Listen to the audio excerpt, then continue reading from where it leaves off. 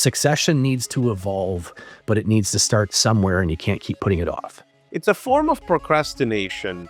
And unfortunately, that form of procrastination leads to loss. You should have started this 5 years ago. And if you didn't, then the best time is, well, yesterday.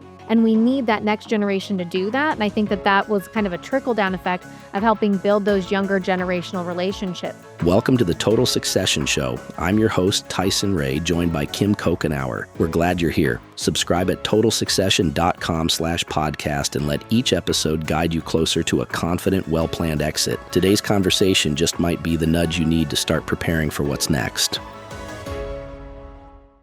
Hi, everyone, and welcome back to the Total Succession Show. Today, we are joined by Vlad Zherenovsky of Cochenour, an LPL firm based out of New Jersey. Vlad has completed more than a dozen acquisitions, and he's also investing heavily in the next generation of advisors through an internship program. Vlad, we are so glad you're here today. Oh, Kim, thank you. My pleasure to be here with you. Thank you. So Vlad, can you give us a snapshot of your firm today? More of like how it's structured, how big it is, and kind of what you've been intentional about as you've grown your practice. In observation for during the acquisitions and, the 15 that we've done successfully, there are dozens and dozens that we decided to pass on, or the deals fell apart at the 11th hour. And the biggest component in all of this has been they're all were advisor-centric. So the person, the owner, the founder was the decision maker. And ultimately, yes, I am the decision maker, but the clients were waiting. The clients are waiting on the person to get back to them. And I'll talk about myself, exactly what transpired with me over this is my 24th year in business, and Cochenour's been in existence for 17 years now. So at one particular point, what ended up transpiring was everything was based on me. My team waited for me to answer their questions. My prospect waited for me to onboard them. My clients are waiting for me because they had a quick question that turned into a 20-minute conversation. I had to check the trade blogs. Then I had to run to lunch meetings, do due diligence events to meet with my peers, prospect for more business in the middle of all of this. And then on top of it, my family never knew if I would ever come home for dinner because I was always busy. And weekends were always left to catching up on business. Now, I know I resonate with many who are listening to this podcast right now, because this is exactly the theme that we keep on finding, where it's usually a sole operator, right, who is responsible for absolutely everything. And the industry is facing this huge inflection point right now, where the massive demographic shift, the average age being 59, many advisors in their late 50s to mid to late 60s, who've built tremendous businesses, but I should say build tremendous practices because they can't step away from them. But unfortunately did not build any transition plans alongside. So in Cochenour, I was very, very diligent and deliberate to make sure that I exist to support my team exists to support our clients. Where before I was the bottleneck, where the team was there to support me and I was one person trying to get everything done. Yeah. Well, and I think, Vlad, you hit it really right square on the head.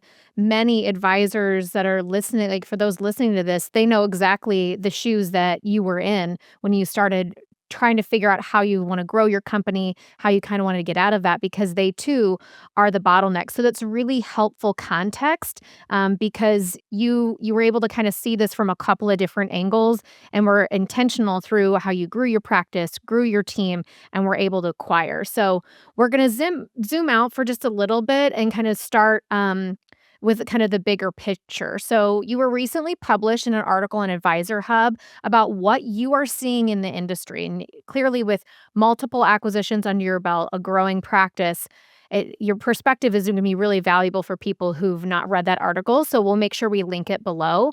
But so for advisors specifically who are approaching succession in this wave, you called it actually has a lot of opportunity, but it has also caused confusion. So can you give us your take on why you think this wave is causing confusion for advisors? Right now, the industry is at an incredible inflection point. You have massive demographic shift, right? This is not just a market shift. This is truly a generational transition that's taking place right now. Yeah. Advisors in their 50s and 60s who've built these incredible businesses but did not create succession plans At the same time, clients are becoming more complex, expecting holistic planning, not just investment management. Think about the legal exposure, the amount of tax services that need to be provided to these clients. That gap between expectations and infrastructure is forcing these decisions. And because of the forcing of these decisions, it's causing the confusion. So great advisors build great books, but not necessarily scalable businesses. So now they're in a position where they themselves need to think about, well, what's next for me? They don't have a plan in place. They're hearing about these incredible multiples from third-party deals that are coming in. They don't have an internal transition in place. And this is where, the pain points are rather great at this point among my peers. Yeah.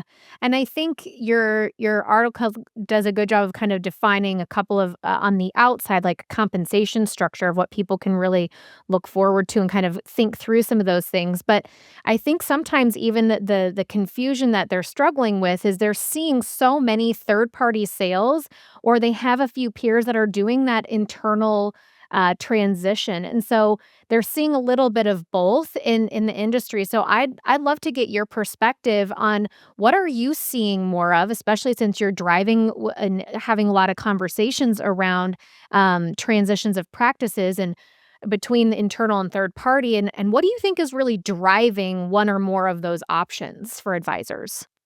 We're seeing more third-party conversations than ever before. Internal transition sounds great in theory, but they often fail because there is no next generation ready, Mm. right? Like you don't have anybody alongside with you. It's been you all along. Mhm. There's no economic structure in place, right?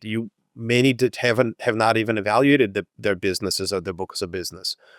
And that's simply because, well, you are in the rut. You're digging all day long, right? And then for you to to take a step back is just out of the question. You don't have the time. So the third party sales are being driven by the lack of successors, right? They definitely rising operational complexity. Think about the systems that we have, AI integration, and the plethora of items that just frankly, even 5 years ago, we just didn't have access to. And to be perfectly frank with you, there are better deal structures in the market today. The multiples are through the roof. Private equity came in, and they're definitely have created an opportunity to if you choose to scale your business, you can scale your business. If you choose to exit the business, you can exit the business. They've definitely created a platform of flexibility for you to at least understand that now you have options. Well, that's good to kind of help define some of that. And I think, and as you've seen with more time, those third party sales, they've had to kind of evolve than the ones that were initially coming out because I think advisors are starting to get more educated as to what their options are if they were to consider a third party sale for their succession plan. So, what you're saying kind of lines up with what we're hearing from other industry professionals. Tyson, I know you've had a front row seat to some of the trends that we've been seeing, both in your own transition and succession planning, and then others advisors you have worked with. Give us your thoughts. Yeah, I think it's kind of a chasm between those that have planned well and have built their teams out and are executing on their plan. And I think the other almost probably half or feels like a bigger group have waited till the last minute, don't have a plan or a deer in headlights, and are unfortunately kind of just letting the urgent crowd out the important of the day-to-day running of the business until crisis happens. And then they got 6 to 12 months to basically wrap up their entire life's work in some transaction. Yeah, those fire sales are never really what anyone wants them to be, let alone the advisor, their family, their team, or their clients. Vlad, what makes you a great person to share with our audience is that you have been in the middle of a lot of these transitions. Like you said at the beginning of the podcast, you've acquired 15, but you've been through at least that many ones that you walked away from. So you've seen practices and those who are actually you would probably consider more like a business in every stage of readiness. So you've seen those that are really well prepared and you've seen the others that thought they were prepared. So I think it'd be really helpful to talk about that for a little bit. So through your successful 15 acquisitions, what patterns do you see in firms that were really prepared? So, of course, first and foremost, it's the mindset of retiring advisor. So The top three things that I can share immediately is clean data, right? The demographics of the clients in the book of business, the composition of investments, uh, the variety of investment products. There's one practice we took a look at. 99% of their money was invested into REITs, right? They're illiquid investments. So what it is Wow. that I'm going to do with that? Yeah, there's not much you can go from there. You know, repeatable process. We found the ones that have a documented process in place. And believe me, right? Like, this is not all chaos. I mean, to be in a position where, and I want to be very clear about the difference between a practice and a business. If you can step away for 2 weeks, you have a business. If you cannot step away for longer than 2 hours, you have a practice. So this is what we're always look at. So the immediate thing, again, going back to saying clean data, repeatable process, and the client relationships that extend beyond one person. Meaning that it's very hard to build the depth of the relationship where we might be working with the grandparent or the parent and the children and the grandchildren. So like baby boomers down to their heirs. If you don't have that connection, we know for a fact 90% of those relationships end up completing their term and taking money elsewhere upon the demise of the relationship that the advisor has with the family. Yeah, that's huge. So Right. clean data, a repeatable process, and the relationship that goes beyond, I would say, like the founding business owner, Correct. and building that second gen out. And actually, that there's another name and a face associated with that. And I think, Vlad, your definition between a business and a practice and that practical thought of, okay, can you step away for 2 weeks? And does everything stop while you're gone, or does the business actually continue to move forward? I think that's a good litmus test for any of you listening who aren't really sure, do I actually have a business or do I actually have a Right. practice on my hands? Right. Right. Yeah. We always say, to share with you, if everything runs through you, you don't have a business, you have a job. Mhm. Yeah, that's another good example. If you're like, "I think it could happen." That's Right. very true. So, I think because a lot of people, advisors who've built a business/practice, they have their own internal culture, and I'd love to kind of understand the concept of how culture can impact a deal, when it comes to an acquisition. What has that ever come into play for you? Of course it has. And you're basically integrating. So there are three components, right? Three options to basically for someone who's considering building a succession plan. Are you building the succession plan because you want to sell and you want to be done within a short period of time? Are you creating succession plan because you want for you back basically the heavy lifting, the compliance, the marketing, the back office operations, the trading, the rebalancing being taken over for you? Or are you looking to join a team because you do not want to retire? You do not mind doing some of the heavy lifting and you want to keep going?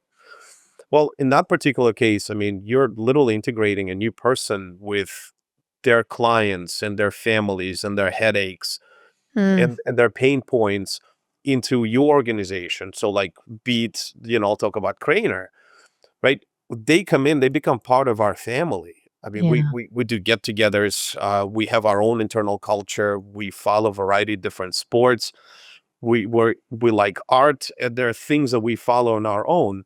So when bringing on a potential advisor who is looking to join Craner, we want to make sure that our views, we might not agree on everything, right? I don't agree with my wife on everything, but I respect her opinion, right? Yes. So, but when you have somebody coming in and you spend 8, 9, 10 hours a day with this individual, and they're more seasoned, they're part of a different generation, there is a big gap, and although we might be able to relate to one another, you want to make sure that we're a good fit for one another. So we definitely watch for that. Mhm, And yes, I'll be honest, utilizing Colby and disc assessments just to see how our personalities are we going to jive, becomes a very important mhm. point. Yeah. Well, thanks for sharing that. I think it's helpful for us to consider the true impact of culture and what does that really look like if you're trying to merge firms and kind of have that harmony of whatever you've really built and not letting that tear you apart down the road. So I think we understand in this industry, hindsight is always 2020, right? We always look back and you can always decide when you should have gotten in or out of the market. And so I think around succession planning, if you could go back and look at yourself, what would you actually tell your younger self about succession planning? Start beating the drum sooner. and I'll share and I'll share this with you. So it actually dawned on me this morning, and I was, thinking and preparing for my conversation with you this morning, Kim, Hmm. is that like we're done with March. Like next week and March is over, right? When I meet many advisors, as we have these conversations, they reach out from my point of view and they want to share their personal experiences. And I get, well, during the month, I probably would get a couple dozen phone calls from our peers because I've been in the space for such a long time. And I tell them, look, when you tell me you're 2 to 3 years out, right? COVID happened 6 years ago now. Mm-hmm. So 2 to 3 years flies by faster than anyone anticipates. Tyson, jump in here. I would love to hear what would you tell your younger self about succession planning? What would I tell my younger self about succession planning? Yeah. You have more time than you think, but you can't keep putting it off. Mhm. I would also add to that the other one uh, is the plan will evolve. It does not have to be perfect, but it has to get started, right? 80%, like get the current plan done for the catastrophic, you drop dead.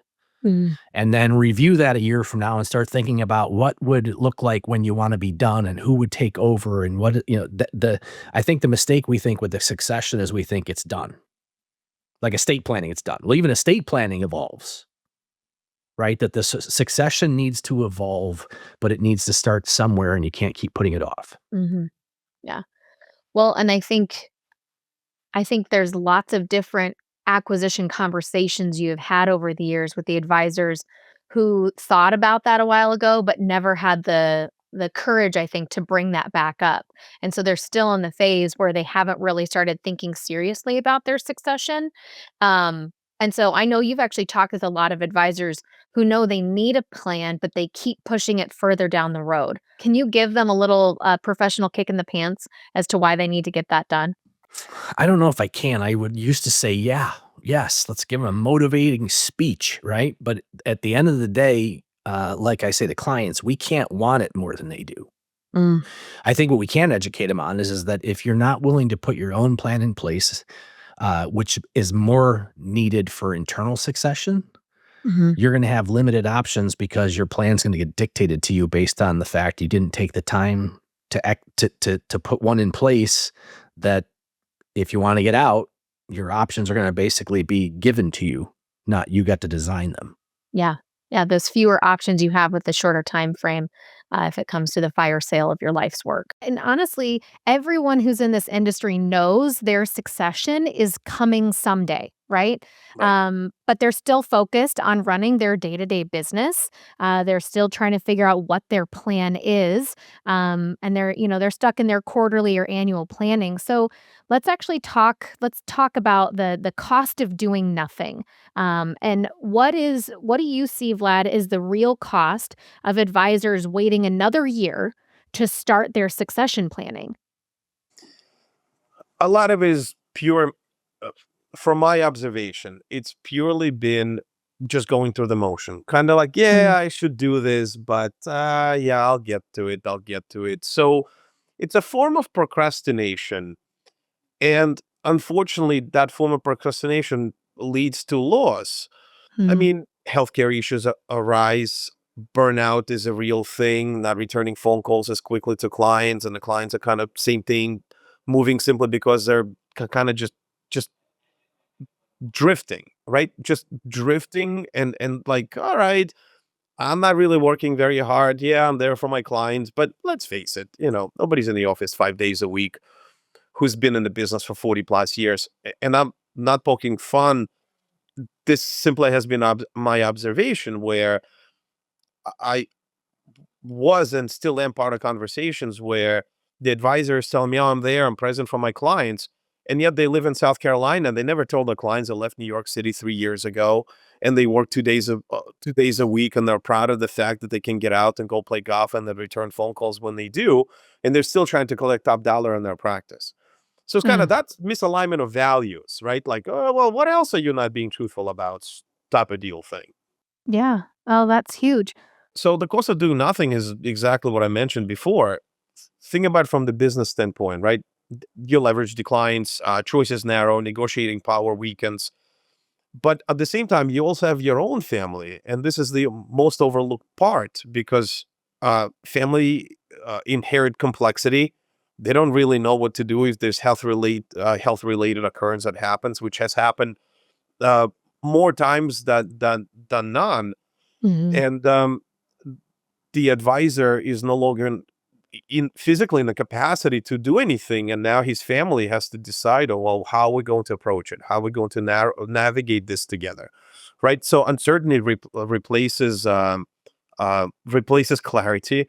You now have to figure out, work with a broker dealer. There's clearly financial value in this practice, but how are you going to negotiate this? How are you going to sell the practice? And in some cases, value is lost very, very quickly. I mean, if there's no continuity plan in place and there's no way for the lead advisor to communicate with his clients because of a health condition that we have had happen, it definitely creates a very, very scary situation. Yeah. We've seen, clearly you've experienced this too. We've seen peers in the industry that as they've had a crisis in their life, they lose their negotiating power. And that in as a direct result of that loss of negotiation power, there are some impacts that that will have on their team. That has some impacts that'll have on their family and on their clients. And I think most advisors out there haven't worked their entire lives to build a practice to lose it in a crisis. That's what they've been there to advise their clients to avoid. Right. Um, and so it's kind of how do you create urgency when there's no real crisis in front of you, when you don't have anyone holding you accountable to planning your own succession. And Correct. that's when advisors kind of have to be self-motivating. And have you seen advisors be able to turn a corner when they kind of identify or quantify like the lost opportunity, like when they're able to actually see that dollar amount? I don't how do you help an advisor get there, Vlad? Time, time. And as recently as yesterday, I had he's become a dear friend, right? Like I meet again. I like people. I love being in my business. I've been at this for a long time. I have many mentors who are, many of them retired. They had successful transitions out of the business. And this gentleman that I've known for 4 years, we see each other, fairly frequently. We get together for dinners. We play golf in the summer a few times. And then yesterday I shared my article with him and he literally said, I think I'm done. And it's been a 4 year conversation, kind of like, well, what are you going to do? Wow. It's like, I'll figure it out. I'll figure it out. And it comes a moment where you're like, well, yes, logically we'll understand everything we need to do, right? But physically can't push the person to do it. We just happen to really like each other's company and we like each other. So he naturally reached out, like, I think I'm ready, and he like, okay, well, it's been 4 years, right? So you should have started this 5 years ago. And if you didn't, then the best time is, well, yesterday. Yeah. Uh-huh. That's often the Right? case. Oh my Exactly. goodness. Well, and advisors, they're really talking about quite often is who would actually take over my firm. And you need a plan to do that. And another thing to have your plan, you have a succession plan, you need to have a who or a right people in place to make that work. And so Tyson, I know you've seen this too, where the advisor assumes a successor will just kind of appear when the time comes, or my son or daughter is going to take it, or I might have a junior who could take it. So what do you say to those advisors who think that they might have that person there or that successor might just come along? I think it's two sides of the same coin. One is based on your question and how you framed it. It's have they had the conversation that the person even wants it? Because they're working really, really well underneath your leadership, underneath the fact that you've are the risk taker, so you're most likely absorbing market fund risks or loss of client risks, team members coming and going risk. Do they? There's a difference between working for a company and running a company, and how do they want it, and do they have the skill set? and capacity to do it. Then can they, right? Mm. Are you going to finance it? Because that takes a lot of stress off the transaction, although it keeps you in the risk seat. Or are you going to go get a lender and have a cash out and there's debt involved? And do they want to take on that debt? Do they want to have the personal guarantees back to whatever bank or transaction? And on the other side of that coin is if your plan is to have a third-party acquisition, you're gonna basically bring somebody else in to run the firm. Are these key employees willing to stay? Are they Mhm. do they buy into that vision? Mhm. That's the big unknown as to how you structure the deal, because the more money you take, the more on a third in either of these transactions, the more money you take out of the business, the more stress you put on the business on an internal succession standpoint, the harder you make the business need to generate the revenue to pay the debt that was the money you got out. Same is true if someone's cutting you a check in an external transaction. The more money you take, the more stress there is in trying to drive a return on that investment. And is your team willing to now go work underneath that stress and that concern or that conflict that currently isn't there? I was saying to another advisor this weekend, that I was talking to a gentleman who did a third party acquisition, and he's got these millions of dollars if he reaches this 10% growth rate for 5 years in this form of an earnout. Mhm. He now has stress on himself that how do I get to make sure I grow this at 10% a year, because it's the carrot, right? He's working toward this carrot and he's beating himself with the own stick to get to the carrot. And it's just like, man, I haven't had to think about I need to grow at this percentage rate like like I don't do that to myself. It's like I don't have that stress. It's like the market's going to give what it's going to give. Sometimes it takes it away. And do I want to end my career with that? It's just it all boils down to what do you need to get out of your business and what do you want to get out of your business and how does that affect those in your business? Mhm. Yeah, that's a huge impact, and things you might not always think about. Vlad, I would like to kind of transition a little bit. You've really taken an intentional approach to solving this problem by investing in the next generation of advisors. We've done that here at Form, so I was very excited to hear what you actually have built and intentionally building an internship program that's designed to introduce younger talent into the field and start developing your pipeline early. So I'd love to talk about that strategy. So, what was the problem you knew you were trying to solve when you built that internship program? This is something that I'm incredibly passionate about because I remember this. My grandmother would tell me, my grandmother told me that our generation was nothing like your generation, right? Mhm.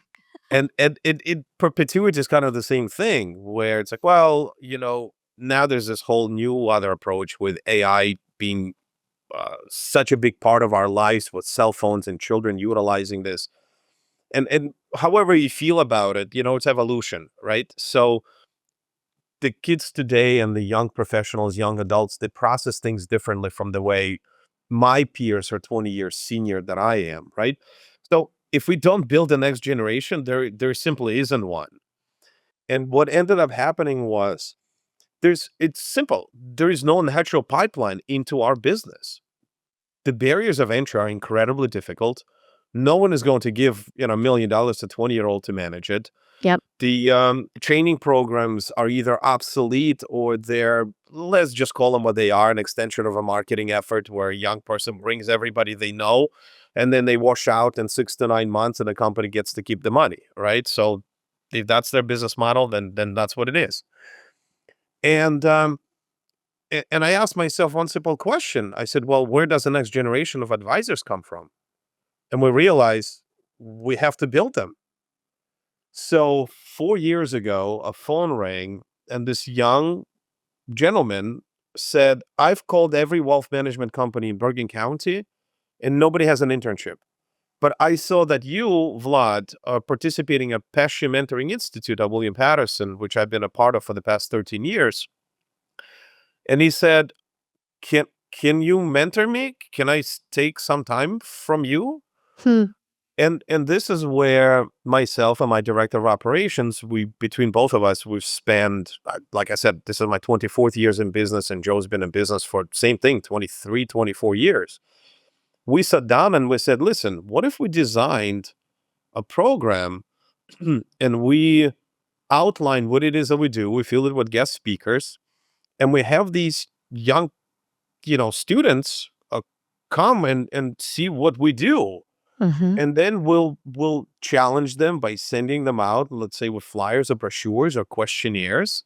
And within the course of few months, 4 years ago, we designed an 8-week comprehensive course. We have them in the office 3 to 4 times a week. And funny enough, they're the ones who ask to be in the office more so they can hear what's going on. We have guest speakers from every walk of our industry, meaning money managers, CPAs. We have trust attorneys coming in. We have wholesalers from various institutions come in to talk to them. And they get to learn and see how we physically operate. Mhm. Now, this is something incredibly awesome. We've had over 200 applicants for this summer's program, Mhm. and we have pretty limited seating. We only take 10. And it's grown so much that universities from Massachusetts down to Florida, we have working relationships with them where they actively vet and introduce us to students that they think would benefit by going through this program. Wow. And we're looking for finance majors, sophomores to juniors in college, so we can identify them and show them how things are. Mhm. And 5 students from first year are successful advisors in the business already. We've That's helped them amazing. we've helped them obtain positions, and because they get a letter of recommendation at the end, and when during their application process, we actually contacted by these wealth management teams, A, to say kudos, and B, to say, wow, they're prepared. They all get Mm. their SIE certification when they complete our internship program. We have them study and have them take it, so that we know that they're ready. This is the journey they want to embark on. Yeah. That's huge. Wow. I'm inspired by what you guys have built. It's a little different than what we do, but I think your passion for making sure, and I'm sure in the landscape of succession and finding those next gen advisors, it makes sense that you're excited about helping bring in this next generation so that there are, capable, excited young advisors coming in to help bridge that gap. Because I know AI is going to change some of our workflow. It already is in our practice. But at the end of the day, if people wanted to only deal with a computer with their investments, the last 20 years, they didn't even need us. So the fact that we're still here through a lot of the technology boom means that we're going to outride the AI wave. We're going to use it as a tool, but people are still going to want to talk to people about their finances. And so I'm glad that you are bringing in that next generation to bring their ideas and technology and your experience and overlay that into something that actually brings them in as a successful new young advisor. That's phenomenal. I know I'm inspired by it, but I would love to kind of hear from your perspective what was an outcome or a surprise that you experienced when you started bringing younger advisors into your firm. So the gap is not intelligence, it's Mm. exposure. Hmm. Uh, Blown away how capable young talent is. If you give them the structure, you give them the direction, but also how unprepared they are coming out of school for real client work, like sitting Uh-huh. down in a meeting and talking and strategizing and organizing and looking one another. And the gap is where the firms need to step in. Mhm. And Yeah. these young men and women they're the future of our industry. They operate at a different level. They grasp things faster. Technology is something that's just an extension of their life. So when I was publishing my book, one of our interns helped me, outside of working with the editor who edited the entire book and organized everything, helped me physically to publish it because it was much more natural for this young individual to Hmm. just go through, do the research, kind of figure things out. And honestly, if it wasn't for Frankie, I probably would still be fiddling with this at this point. Well, kudos to you for trusting somebody else, even if from an intern level, to leverage their skills and abilities to help you with something. Because especially a book. But truthfully, that a larger perspective on how we take care of clients and we deal with their money, and it is such a personal thing. Um, if our clients aren't seeing us trust interns and teaching that next generation, then how are we actually going to inherit that trust from the next generations? I think our clients and their kids are looking for us to pave the way of bringing in other people, showing that we trust other people, that we are here to stay, and we need that next generation to do that. And I think that that was kind of a trickle down effect of helping build those younger generational relationships. So being able to trust Frankie with your book, I think says a lot to your character and your excitement, but also shows a lot of transfer of trust to your clients too. Excellent. Absolutely. Well said. Yes. Thank you.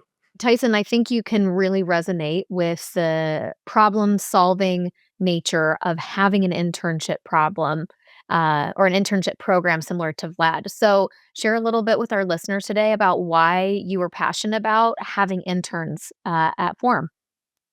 Well, one, and you said, like, what would I say to my younger self? It's like, apparently I would do a lot more interns, right? I thought I was like crushing it with one, and then we had two. And as recently as like a month ago, I think you came to me and it's like, we're gonna have three. I'm like, three? Do we need three? Well, no, apparently we need 10. Like, what I'm thinking wrong. Like, not, it's more, not less. Um, I think the biggest interns are a joy, no matter how many you have. If you go into it as instead of you thinking you're bringing them on to solve a problem, you're bringing them on to have your fingerprints on exposing them to our industry, to the beauty of the job, the values we get to have, of the opportunities we have to make a difference in clients' lives, to give them a taste of something different than the Wall Street movie model, right? Or it's the finance and the numbers. Like, no, personal finance is personal. It's relationship driven. And the reason I started internships wasn't to hire employees. We ended up hiring many of them. It was to give back. And if you go in it with that mindset, it can be a joyful experience and it can bear fruit in Mhm. the form of employees. Yeah. It's pretty amazing to see them learn and grow in such a short time, but then also stay connected with them to see where they launch in this world and see the difference they're making in the industry too, even when it's not in our four walls. Yep, and it's the opportunity to in some cases give them life lessons because we've had to, explain to some folks there was no position available, and we've had some folks that we've hired on a 6-month probationary period. At the end of 6 months, it's like, I'm sorry you didn't make it, Mhm. and yet here's how we can leave you better than we found you. But we give them some accountability of like, hey, you didn't put in the effort that you needed to put in. And some of these little rascals have been told, haven't had that accountability, have that opportunity. So it's a win-win on so many ways, um, that, yeah, I think it's worthy for everybody to explore. It's just a great way of giving back. Yeah, absolutely. Yes, I'm inspired. I'm gonna go hire 10 interns. Let's go crush it. Make a difference. Vlad, you are dynamic. I really appreciate you sharing your experience and perspectives today. Is there anything else you'd like to leave our listeners with before you go? Um, yes. The next decade will not be won by the best stock pickers or performers or Mm. outpacing, beating the stock market. It'll be won by the firms that build teams, systems, and continuity. It's exactly what you said. Clients are not investing in performance, they're investing into permanence. That's it. Be a good steward. And that's what I'm trying to do. Be a good steward of my industry, bring the next generation, be the springboard to my peers, and just keep on advancing the future, because the truth is there aren't enough of us and many are going to retire pretty quick. Yeah, that's so true. Well, and I'm just thankful to have you on here. So, and I think you've got a great perspective. And I would love for any of our listeners, if they're listening today and they want to learn more about you and they actually want to talk with you about your firm and some of the systems and your internship program, where could they go to actually get that information and connect with you? Our website is the best place to start. www.craner.com. KRAN is an NCER.com. Perfect. And we'll actually link that in the show notes along with your article and your book. So then that way, if people are just quick link followers and they just want to get connected with you that way to catch some of your resources, we'll make that easy. So we'll try to make that as simple as possible because I think people are really going to want to connect with you and hear a little bit more about what you're doing. So Thank you, Kim. thanks everyone for today. And we'll be back soon with more conversations like this. These conversations are designed to support your next move, however close or far it may be. Tap subscribe and let each episode guide you closer to a confident, well-planned exit. I've wrestled with these things myself, and that's exactly why I created something to help you do it with less stress and more direction. My book, Total Succession, is now available on Amazon. Inside, I break the process down into 5 clear steps to help you exit on your terms with confidence, full compensation, and your client's best interests at heart. You can also visit totalsuccession.com/podcast to download a free starter guide that walks you through my SPACE framework: see, prepare, act, commit, exit. Remember, you only exit your business once. Create the space to do it well. Thanks for listening. Until next time.